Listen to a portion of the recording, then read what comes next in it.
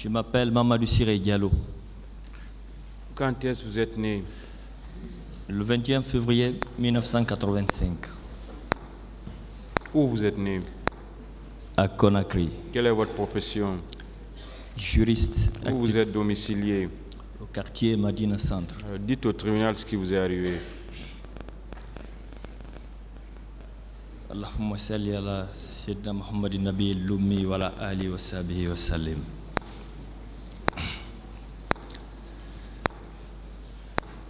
Bonjour, Monsieur le Président, Mesdames et Messieurs les assesseurs,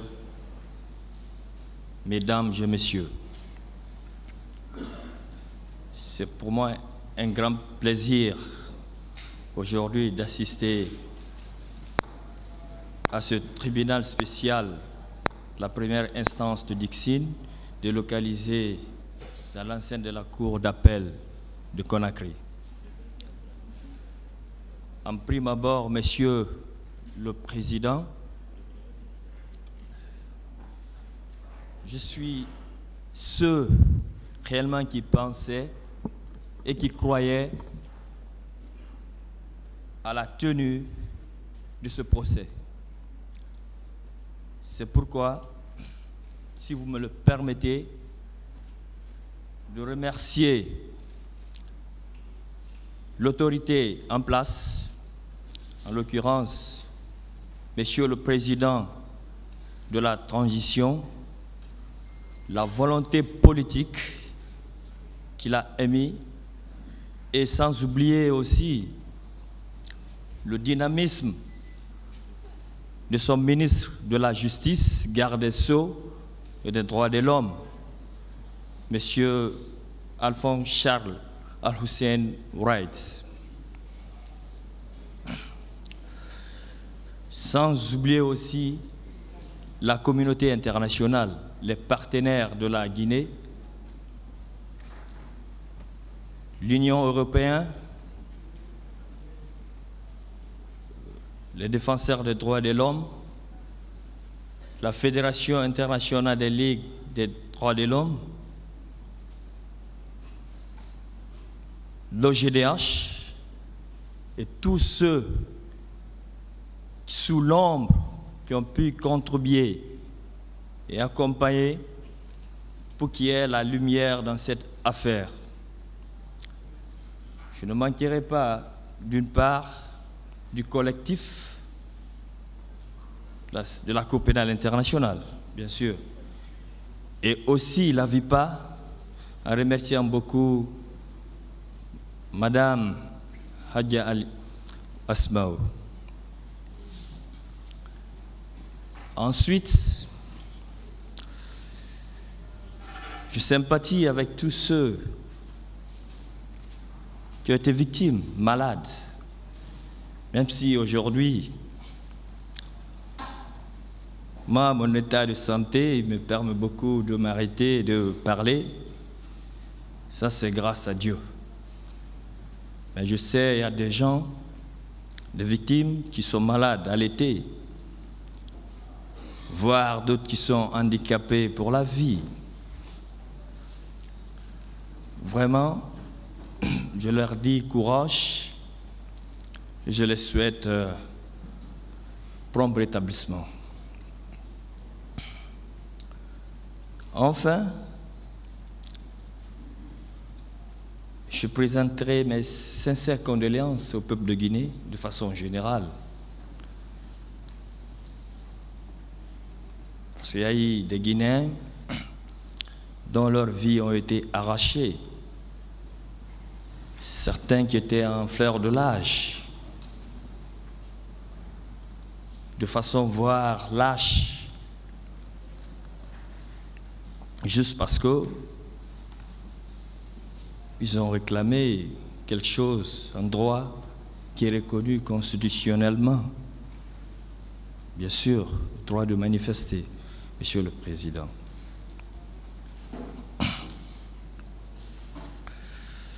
Que Dieu les accueille au paradis, qu'il pardonne ses péchés et surtout le paradis qu'il a réservé aux personnes vraiment croyants et musulmans. Pour revenir maintenant au bref du sujet, Monsieur le Président, nous avons répondu à l'appel. Quand je parle de nous, c'est de façon générale, parce que nous avons répondu à l'appel qui a été lancé par les forces vives d'alors, qui étaient composées de la société civile, les syndicats et aussi les politiques. Donc le jour du 28 septembre, le lundi, dès après ma prière de l'aube, je me suis réveillé tôt pour me préparer, parce que je suis sur la corniche de Madina, près de la station de Mafanko. Donc je ne voulais pas du tout que ma maman arrivait dans la chambre et me trouvait, parce que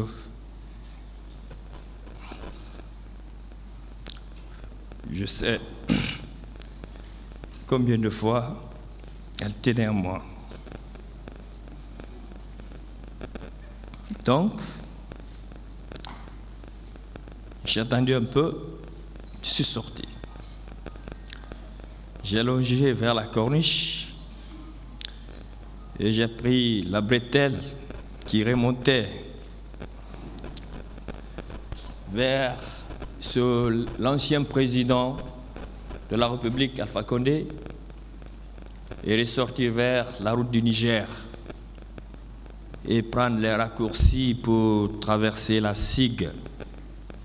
La SIG, je suis sorti vers l'autoroute. Là, du côté de la droite, vers le pont de Madina, j'ai vu des dispositifs qui étaient là-bas, de la gendarmerie et de la police.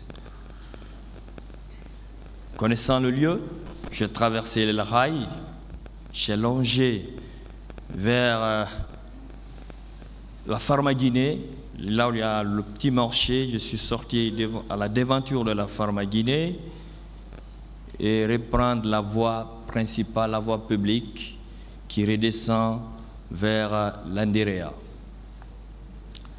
Une fois au niveau de la mairie, près de la gendarmerie, toujours il y avait des dispositifs de gendarmes, de la police sur la chaussée. Donc j'ai continué jusqu'au niveau de la terrasse. Une fois aux terrasses, il y avait aussi d'autres dispositifs de la gendarmerie et de la police. Pour les passants, ils laissaient des gens passer. Mais dès qu'on voit une, deux personnes, ils cherchaient à les faire quitter. Parce que c'était un peu tôt, vers 7 heures d'ailleurs. Hein. Donc je suis allé auprès de l'arrêt du bus. On revendait de café, c'est une petite cafétéria qui était là-bas. J'ai pris mon petit déjeuner. À distance, j'observais la terrasse. Je voyais même le grand portail. Les deux battants étaient rabattus comme ça. Moi, j'étais de l'autre rive. Donc après le petit déjeuner, il y a un jeune qui disait « Ah, mais est-ce que les leaders sont venus, ils sont chez Jean-Marie Doré ». De là, moi je suis redescendu un peu vers l'Anderea et remonté sur la corniche, la Fondis, et puis voilà, je suis arrivé chez Jean-Marie Doré. Je suis rentré avec quelques jeunes, je suis venu jusqu'au niveau de la terrasse. Avant même la construction de sa maison, il y avait une terrasse là-bas, à l'époque. Les leaders étaient au salon. Ils échangeaient. Donc petit à petit, les gens ont commencé à venir. Et après, les jeunes disaient, mais non, ils ne peuvent pas appeler une mobilisation et rester au salon là-bas et tant que les autres sont là. Donc, il faut que les leaders sortent pour aller manifester. Et parce qu'ils ne peuvent pas aussi dire qu'ils vont reporter la manifestation. Les gens sont déjà là. Donc, ça murmurait dans la cour, ça murmurait. C'est après les leaders, finalement, ils ont décidé de sortir.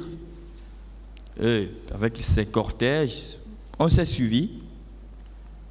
On a repris la voie principale vers l'université. Effectivement, le petit carrefour qui menait vers l'Andrea, qui fait face de la porte de l'université, en longeant à l'intérieur vers l'ancien dortoir des étudiants, ceux qui connaissaient réellement, cette porte, dont il y avait des dispositifs de la police en gendarmerie, et on s'est croisé avec le colonel qui est venu avec ses éléments. Il a essayé de faire arrêter le cortège des leaders. Il y a eu des échanges. On a commencé à échanger, La jeunesse disait non, liberté, liberté, vive la démocratie, la liberté, nous voulons la démocratie, nous voulons la liberté.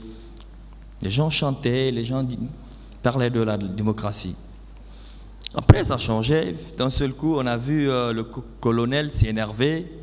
Les jeunes ont commencé à huer. Oh. C'est ainsi, c'est vrai, le colonel a parlé. Quiconque y répétait quelques mots, il allait, comme je disais, je m'excuse aussi, qu'il va le rentrer. Eux, finalement, les jeunes étaient là, ils disent non, nous on ne peut pas venir jusqu'ici, et puis voilà. Et se retourner, il faut qu'on aille, il faut qu'on aille, il faut qu'on aille. Les gens criaient, les gens criaient, les gens criaient. Après, il y a une grande foule venue de l'autre côté, vers l'Oasis. C'était une sorte, comme si on disait un renfort. Dès que ces gens-là sont venus, j'étais tellement nombreux, seul le dispositif qui était de l'autre côté ne pouvait plus les arrêter. Et c'est ainsi, avec ce mouvement, les gens criaient, et puis voilà, on a suivi la foule, arrivé au niveau, parce qu'il y avait tellement de la foule, en arrivant à la terrasse, les gens même étaient déjà dans la cour du stade. Les deux battants étaient ouverts. Donc, à l'arrivée encore, il y a une petite cour au niveau de la pelouse, là-bas aussi était ouvert. Donc les jeunes venaient, certains planaient sur le gazon, d'autres faisaient des acrobaties, d'autres étaient sur la piste d'athlétisme avec le drapeau jaune-vert, chantaient l'hymne national de la République de Guinée. Les gens étaient là, dans un engouement joyeux. Les gens criaient, les gens dansaient. Et il y avait d'autres aussi personnes qui rentraient. Je voyais des gens qui priaient sur la pelouse. Après, moi je suis remonté vers la turbine. Là, il y avait les leaders. Mais il y avait plus d'engouement de l'autre côté, vers le côté du Sahara. Donc moi, je me suis dit, non, il faut que je descends pour aller là-bas, là où il y avait beaucoup plus de jeunes, pour m'épanouir. Mais au beau milieu de la pelouse encore, il y a certaines qui priaient. Instinctivement, je suis venu, j'ai fait 2 rakats, et puis voilà, j'ai continué. Parce qu'il y a des grillages entre la pelouse et de l'autre côté du Sahara. Donc j'ai essayé de rentrer parce qu'il y avait un petit passage. Des gens rentraient vers là-bas. Donc je suis rentré, je me suis installé sur voilà, le béton. Là-bas, c'est les mains à béton. Donc je me suis installé là-bas. Donc toujours ça criait, les gens chantaient, les gens parlaient, on n'entendait même plus. Après je me suis dit, ah, il faut que j'aille chercher de l'eau parce que là, pour rester ici durant toute la journée, ça va être très difficile. Et là, je suis sorti vers la grande sortie au niveau du palais de sport.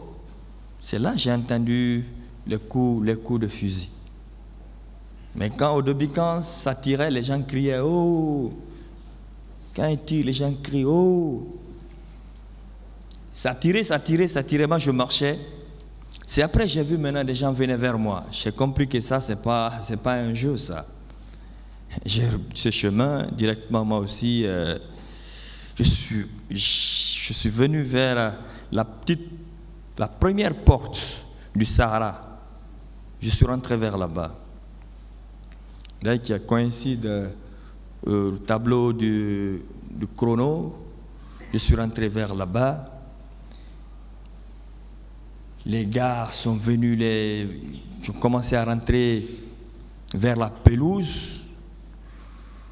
Les gens ont compris que ça, c'est pas un jeu. Les gens ont commencé à crier. Donc je me suis précipité, aller un peu devant. Et là, j'ai vu que les gens ont commencé à tirer. Ils ont commencé à tirer. J'ai dit, ah là, ça, c'est pas du jeu, ça. Ils ont tiré sur les gens, ils ont tiré. Moi, je me suis couché. Je suis rentré entre comment on appelle, là où on s'assoit. Il y a un petit creux, trou. Je suis rentré dedans. Et d'ailleurs, c'est ce qui m'a permis de beaucoup observer. Parce que tous ceux qui rentraient vers la pelouse, c'est vrai, la gendarmerie et les militaires.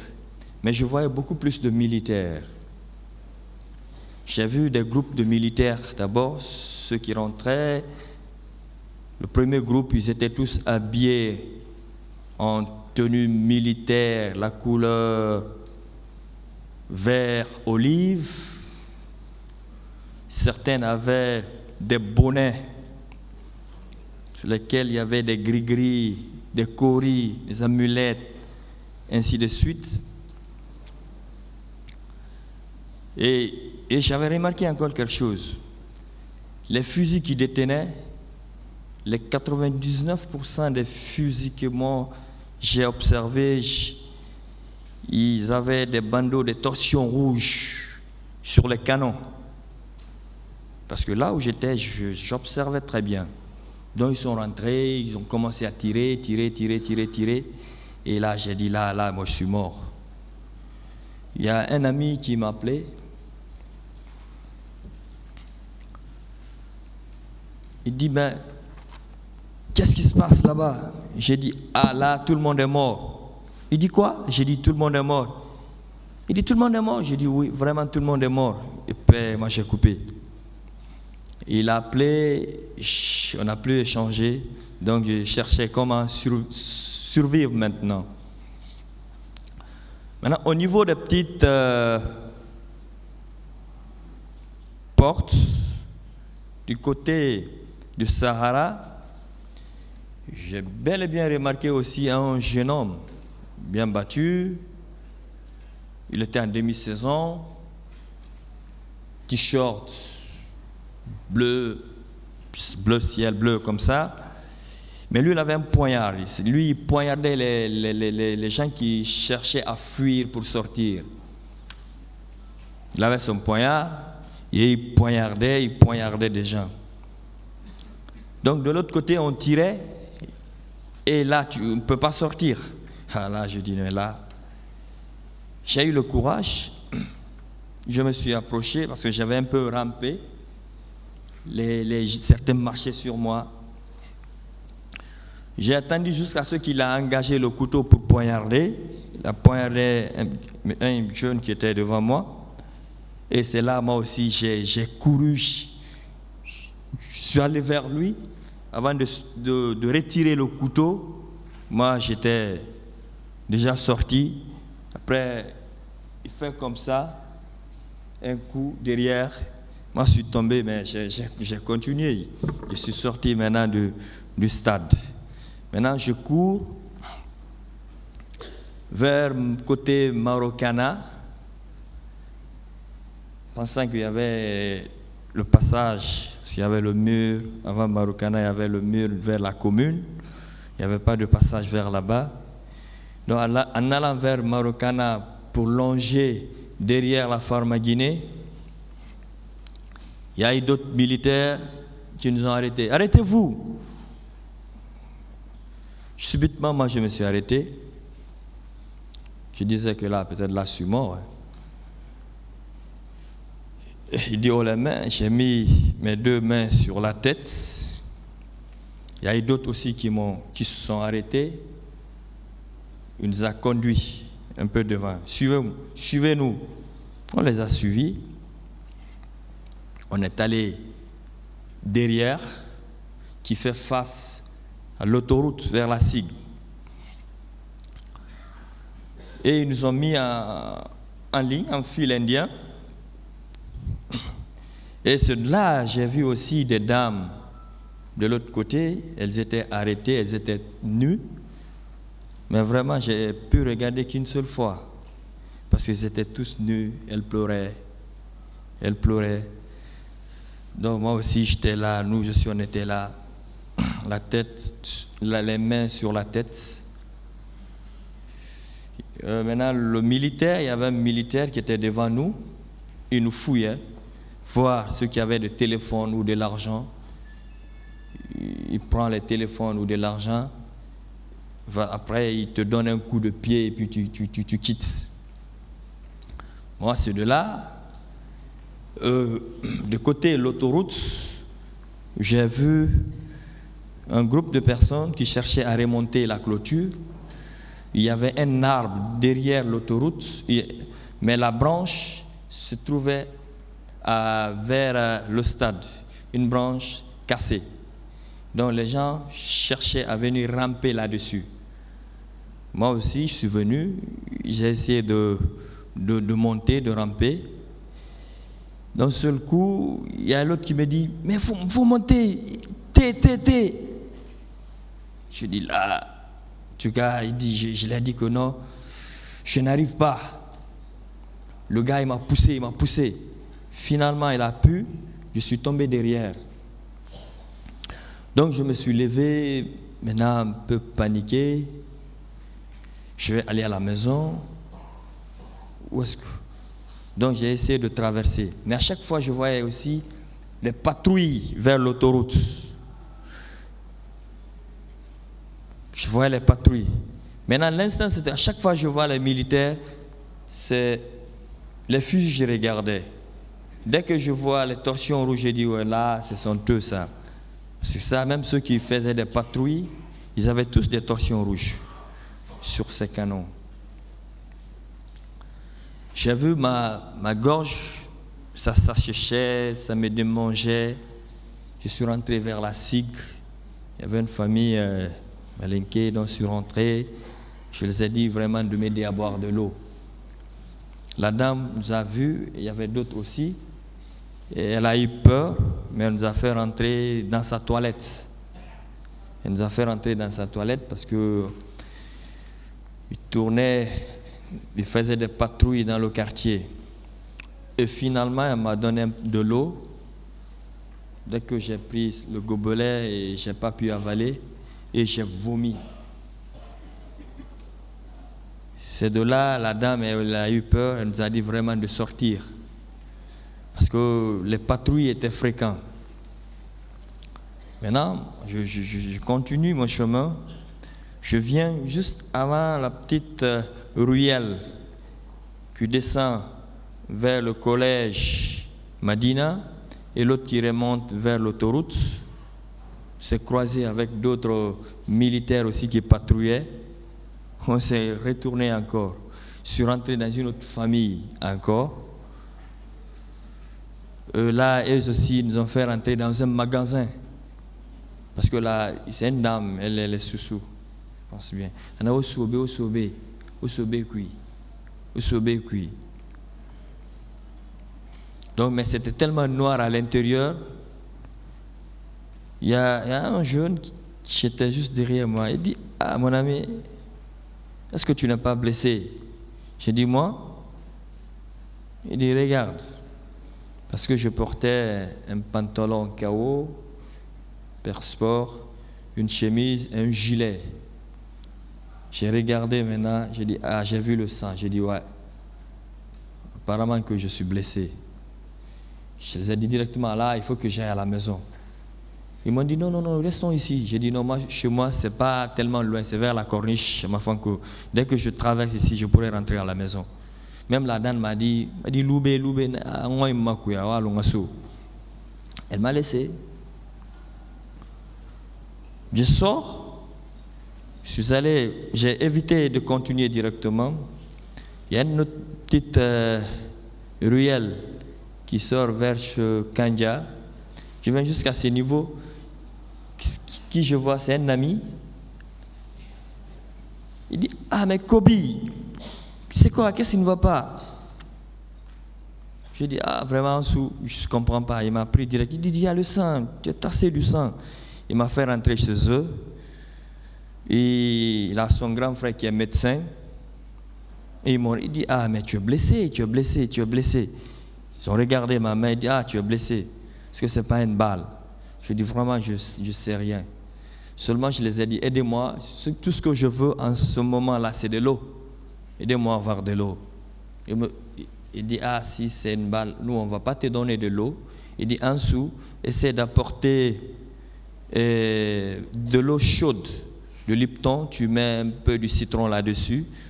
Tu vas lui donner. Mais de l'eau, pour le moment, attends, il ne faut pas qu'il boive de l'eau. J'ai entendu ça. Même le Lipton qu'il m'a donné, j'ai même eu peur de boire le Lipton.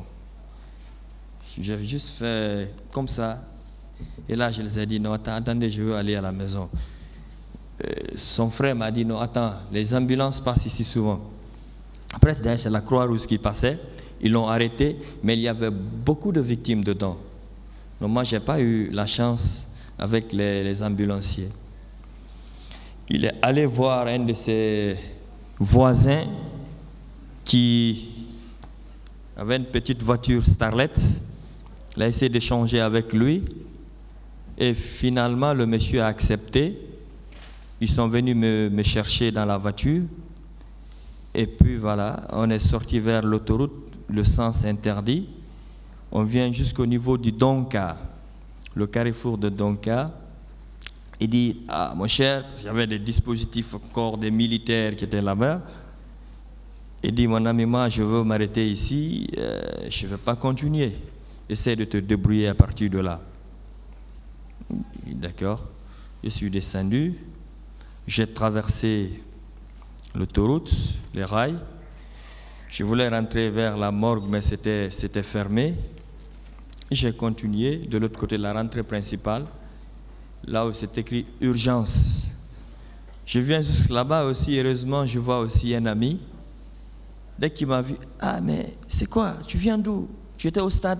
J'ai dit oui, mon cher. Il m'a pris parmi le lot directement. Il a essayé de me faire un entretien des premiers soins. Parce qu'il y avait beaucoup de gens. Il disait là, viens. Il ne faut pas attendre, viens. Il m'a fait rentrer quelque part. Il a fait les premiers soins. Il dit là, il faut qu'on te remonte à la chirurgie générale. Il m'a conduit vers l'étage. Nous sommes allés jusqu'à l'étage. Je ne sais même pas c'est le combienième étage. On a vu le médecin, généraliste, chirurgien. Donc, ils m'ont fait rentrer dans son bureau. Il m'a regardé. J'ai enlevé mon t-shirt. Il dit, mais le problème, il n'y a pas de médicaments ici. Après, il a pris les ciseaux, il dit, je vois, il y a une balle au niveau de ton épaule. Mais il n'y a pas de produit, il n'y a pas d'anesthésie, il n'y a rien ici. Donc, je ne sais pas comment on va faire. Je lui ai dit, monsieur, le médecin, vraiment, il faut me sauver. Est-ce qu'il y a une solution? Il dit, là, s'il y a une solution, mais il n'y a pas d'anesthésie. Hein. Je lui ai dit, donc, si c'est ça, je préfère l'extraire sans anesthésie. J'ai dit non, oui, c'est pas, ça ne fera pas tellement mal parce qu'il y aura après 3-4 points de suture, tu pourras. J'ai dit ouais, si c'est ça, vraiment, je vais tenir le coup. C'est ainsi, il avait un peu de bétadine, il a essayé, il a fait sortir ses matériels de travail avec les petites assiettes en inox. Et de là, j'étais là, fait d'eau, il a extrait. Et il a laissé dans son petite assiette là. Et puis là, il a fait quelques points de suture sur l'épaule. Donc après, ils m'ont dit, ah viens, on va te montrer là où tu dois te reposer. Donc, ils m'ont fait entrer dans une grande salle, il y avait tellement de gens. Certains même étaient par terre. Et il m'a dit, ah, ok mon ami, donc il faut rester ici, il y a une question de lit. Je lui ai dit, non, il n'y a pas de problème, moi je suis pas loin. Il dit, non, il faut attendre d'abord, il faut attendre. Je lui ai dit, ok, il n'y a pas de problème. Heureusement, quelqu'un m'a aidé à téléphoner. J'ai appelé mon beau. Je les ai dit de venir me chercher, de ne dire à personne, je suis là, je suis vivant, de venir à Donka, un tel lieu, et puis voilà, d'envoyer quelque chose, une chemise. Après, mon beau est venu avec ma soeur et un de ses amis qui sont venus, on s'est vus. Ils m'ont demandé qu'est-ce qu'il faut faire. Je leur ai dit non, il faut qu'on aille. Moi, je ne veux pas rester ici. La manière dont je vois l'environnement, ce n'est pas rassurant. Il faut que je rentre. Mais je ne veux pas dire au médecin que je vais rentrer. Il faut descendre, après je vais vous suivre. Et finalement, c'est ce qu'on a fait. Et, moi, je suis sorti. Maintenant, on est sorti et ils avaient garé dehors. Et puis là, on est monté dans la voiture. On est revenu vers la maison. Ça, c'était vers 17h maintenant. On vient à la maison, on voit presque tout le quartier. Les gens étaient assis, en train de pleurer. Là, ça m'a beaucoup marqué, vraiment. Ouais. Ça m'a beaucoup marqué. Les gens pleuraient. Ah, il est mort, il est mort. C'est là que je me suis dit, ah oui, parce que j'ai une importance dans la société. Si tout le monde est en train de pleurer, tout le monde dans le quartier ne faisait que pleurer. Et là, les larmes ont coulé. Vraiment. Ils m'ont fait rentrer au grand salon, et puis des amis, des proches, avec des appels. Des gens venaient de gauche à droite pour m'encourager. Voilà. Et après, maintenant, ce jour, 2 jours après, je suis allé à l'hôpital pour le pansement. Je pense que c'était le 30. Si j'ai bonne mémoire, oui. Ça, c'était le 30. Je suis allé à l'hôpital. Ils m'ont prescrit une ordonnance, donc avec des produits. Après le pansement, je me suis retourné à la maison. Une semaine après, du 30 au 8 octobre, Je suis revenu parce que je sentais des douleurs, des céphalées intenses, des vertiges. Je suis venu, j'ai parlé ça au médecin. Encore, ils m'ont donné d'autres produits. Après le 8 octobre, je suis revenu encore le 15 octobre. Ils m'ont prescrit encore d'autres ordonnances. Maintenant, je voyais une certaine amélioration. Donc, de 20 octobre, je suis revenu. Dès que le médecin m'a dit, mon ami, maintenant, c'est bon. Directement, je suis allé à l'administration de l'hôpital et je les ai sollicité une attestation médicale si c'était possible. Donc il y avait une dame du nom de Fanta Oulare à l'époque. Elle m'a fait une attestation. Et puis diagnostiqué, elle a observé ma blessure. Parce qu'elle dit, ah vraiment là c'est bon, là vraiment c'est bon, ta peau elle est bonne, c'est presque guéri.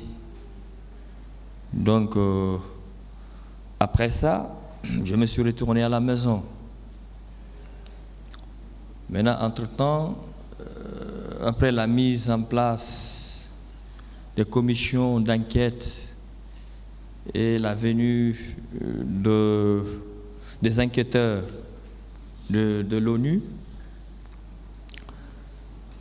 ils ont demandé aux victimes d'aller se présenter.